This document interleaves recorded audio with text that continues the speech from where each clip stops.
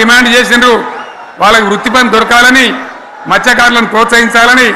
చెరువులలో చేపలు పెంచినాం లక్షలాది గొర్రెలను పంపిణీ చేయమని ఇవాళ ధర్నా చేయలే ఇవాళ అడగలే కానీ ప్రభుత్వమే తనంతట తానే బ్రహ్మాండంగా వాళ్ళకు చేయడం జరిగింది ప్రజల అవసరాలు ఎప్పటికప్పుడు తీర్చినాం అంతవరకే ఆగలే పారిశ్రామిక రంగం మీద దృష్టి పెట్టినాం పెట్టుబడులు ఆకర్షించినాం సుమారు 20 నుంచి 25 లక్షల మంది పిల్లలకు ఉద్యోగాలు ఇప్పించే ప్రయత్నం చేసినాం 40 కోట్లు మాత్రం ఉన్న ఐటీ ఎగుమతులు 2.5 లక్షల కోట్లకు పెంచగలిగినాం ఐటీ రంగంలో 7 లక్షల మందికి ఉద్యోగాలు కొత్తగా వచ్చినాయి 1000కి పైగా గురుకులాలు పెట్టినాం పేద ఇళ్ళ విద్యార్థులకు ఉత్తమమైనటువంటి చదువును అందించినాం తెలంగాణలో 3 మెడికల్ కాలేజీలు ఉంటే దాన్ని 33 మెడికల్ కాలేజీలు తీసుకొని పోయినాం ఈ విధంగా అది ఒకటి మాత్రమే కాదు బీఆర్ఎస్ టైంలో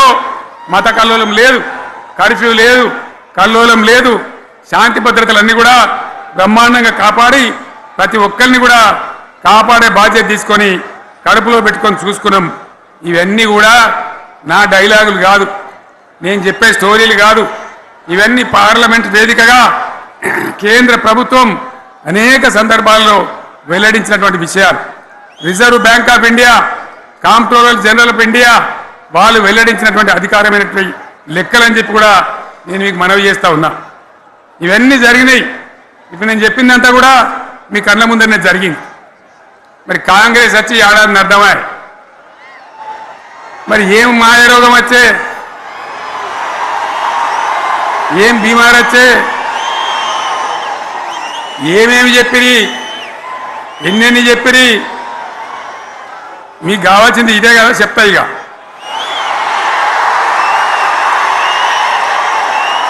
వాళ్ళ కథ చెప్పే ముందు మన కథ కూడా చెప్పాలి కదా ఏమేం మాటలు మాట్లాడిండ్రు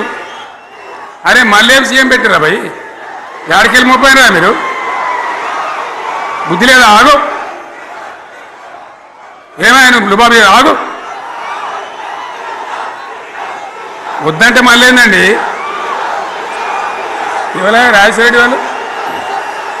అది మనోడేనా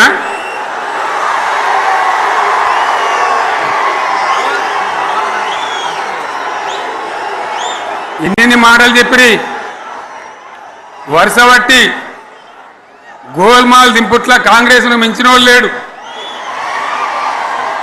అబద్ధాలు చెప్పుట్ల కాంగ్రెస్ను మించిన వాళ్ళు లేడు ఎన్ని చెప్పిరి ఇక్కడ ఉన్నోళ్ళు జాలరని ఉన్న గాంధీలు లేని గాంధీలు డూప్లికేట్ గాంధీలు అంతా ఢిల్లీకి వెళ్ళి కూడా దిగిరి చప్పట్లు కొట్టి డాన్సులు చేసి స్టేజీల మీద ఒకటి చెప్పిండ్రా ఏమిత్తాడా కేసీఆర్ రైతు బంధు 10,000 ఇస్తాడు మేము 15 ఇస్తాం చెప్పిండ్రా లేదా చెప్పిండ్రా